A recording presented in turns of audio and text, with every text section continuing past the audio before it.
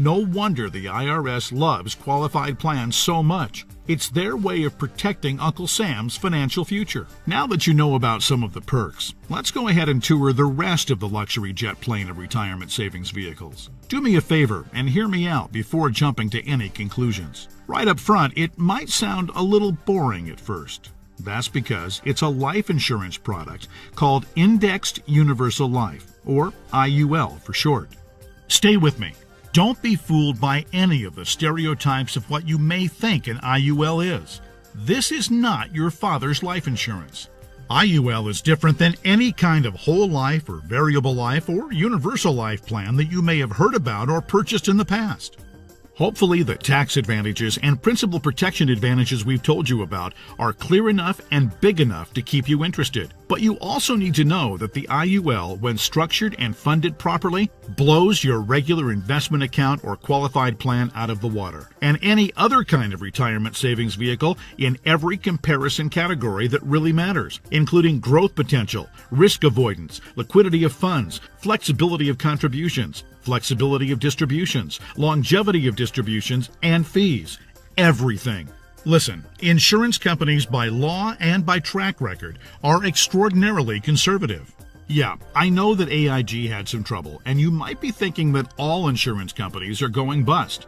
Nothing could be farther from the truth. Life insurance companies that offer IULs have massive, massive cash reserves. One company, as an example, had operating revenues in 2011 of $3 billion, cash reserves of almost $4 billion, and total assets of $23 billion. There's a reason why people think of life insurance companies as old, stodgy, conservative curmudgeons. Because they are. Their stodgy curmudgeonness is also a part of the reason you've never heard of an IUL before. Life insurance companies thrive with things like risk management, actuarial tables, and other boring life insurance stuff. But they don't know squat about communication. If you need a cure for insomnia, go online right now and read their brochures. They're just plain boring and hard to understand. And that's just the table of contents. But that doesn't mean that Indexed Universal Life is anything less than outstanding for creating wealth. The IUL, Indexed Universal Life, gets its name because it's indexed to the S&P 500, which simply means that it's linked to the growth of the S&P 500, which has averaged over 9% per year for the last 27 years, including all the crummy years in the 1980s. The dot-com bust, right after 9/11, and 2007 and 8. Remember that?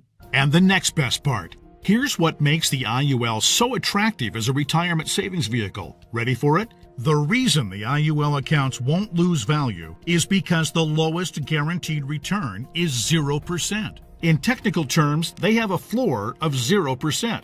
That's right, they can't lose money. If the stock market drops, plummets, loses for the year, your IUL contract doesn't take a big hit. It just stays right where it is. An IUL participates and locks in the gains during market up years, but doesn't participate in market down years. Take that 401k, an IRA, you can't even come close to touching that. Everyone knows that investment losses are portfolio killers because you have to double up just to get back to where you were. You know, if you lose 50%, you need to make 100% to get even.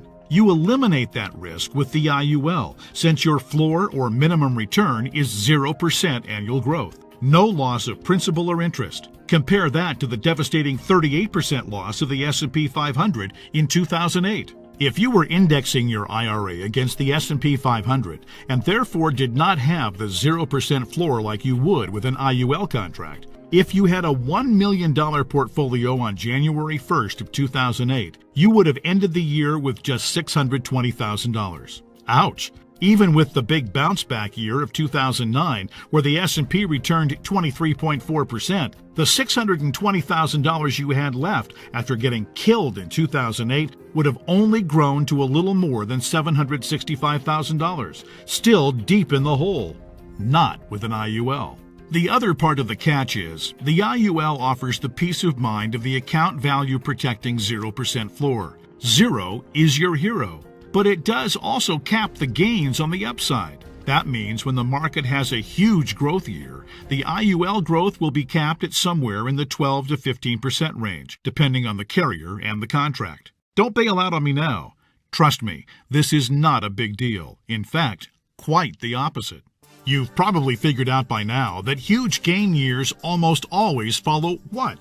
You got it, huge loss years. 2003, for instance, was great, 26.38% gain in the S&P 500. But it followed 3 consecutive years, 2000, 2001, and 2002, of negative returns, 10.14, 13.04, and 23.37% respectively. Negative all 3 years. Let's